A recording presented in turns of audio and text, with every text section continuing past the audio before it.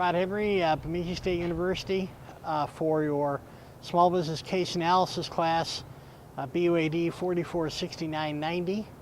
It's October 8th, 2013. I've been reviewing a number of your papers this week, getting ready to do grading. I'm still factoring in team evaluations and whatnot. And what's kind of been striking so far is, for the most part, they're pretty good. They're pretty good. A few differences of opinion on things such as what would be the absolute floor of the market. So, for example, in Farson, Wyoming, you have a situation where, yeah, you may have 150 homes, but you may only have 136 of those units that are occupied, and there may only be 81 people who actually own their homes. The fact that there's a home there doesn't mean that it's owned by someone. It could be by the resident there. It could be owned by someone else. And, you know, think about it. You have like an apartment complex, then you have a whole bunch of little homes around it.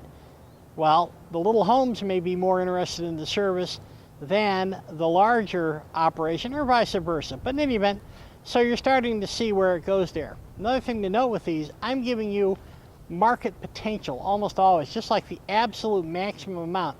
We're not taking into account other types of variations. I'm just trying to get you familiar with the concepts so you have a better way of getting at the absolute size of your market. One last thing, we're talking about absolute size. I want to see numbers. I noticed when I was reading the Pinedale case that a number of you, when I got to that last question where I asked you what would happen if you expanded the service area to include 30 miles around Farson, Pinedale, 30 miles around Pinedale. Well, I don't recall seeing too many numbers. What happened instead was that a lot of people just kind of fudged it and said, well, it'd be okay anyway. Well, remember, Pinedale is about 2,000 people. The entire county, which by the way is about the size of Beltrami County, is roughly 4,500, 5,000 people. So depending on where those people are located, it could be an incredible doubling of your market, or there could be nothing but sagebrush and pine trees out there as far as you go.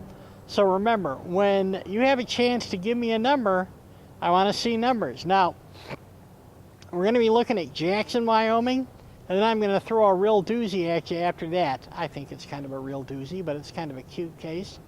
And by the time you're through with that, you should have the basic tools you deal with. You'll notice I've been folding in more things as it goes on. Now we're going to deal with seasonality in Jackson, Wyoming, and you're going to see seasonality with a vengeance. So in any event, looks like the wind is picking up, my tie's flying away. Let's end it here.